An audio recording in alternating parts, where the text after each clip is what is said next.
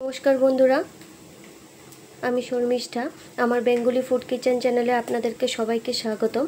बंधुरा आपनादेर जन्य आमी निये एसेछि एकटी सहज रेसिपि डिम दिए सयाबिन दिए आलू दिए झोल। बंधुरा एटा आमी रान्ना करब, आपनारा सबाई देखबेन, देखे बोलबेन केमन हयेछे। देखुन बंधुरा डिमगुली भेजे नियेछि, आलूगुली भेजे नियेछि, सयाबिनगुलिओ भेजे नियेछि। तारपर मशलाटा बेटे नियेछि, तार मध्ये एकटु हलुद गुঁড়া दियेछि, एखाने आछे पेঁয়াজ कुचि, एखाने आछे तेजपाता। এখন আমি আস্তে আস্তে কড়াইতে তেল ঢেলে দেব। অল্প পরিমাণ তেল দিলাম। পেঁয়াজগুলি আস্তে আস্তে লাল হয়ে গেল।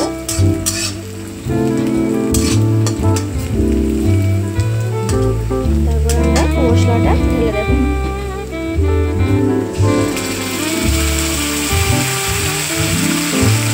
মশলাটা একটু কষিয়ে নেব ভালো করে পেঁয়াজের সাথে মিক্স করে।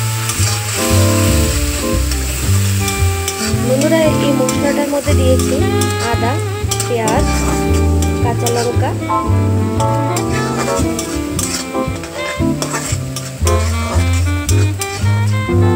মশলাটা হয়ে গেছে।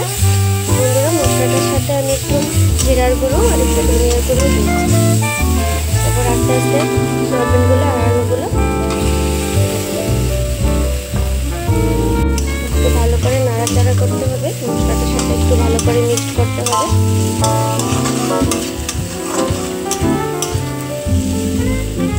তারপর একটু পরিমাণ মতো জল দিয়ে দেবে।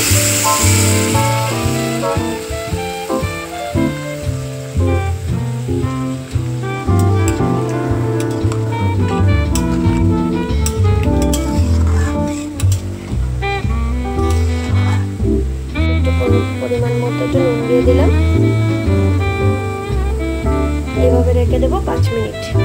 5 মিনিট ঝোলটা ভালো করে সিদ্ধ হয়ে যাবে। এখন আমার সয়াবিনগুলি কিভাবে সিদ্ধ হয়ে গেছে। এখন আমি ভাজা ডিমগুলি দিয়ে দেবো।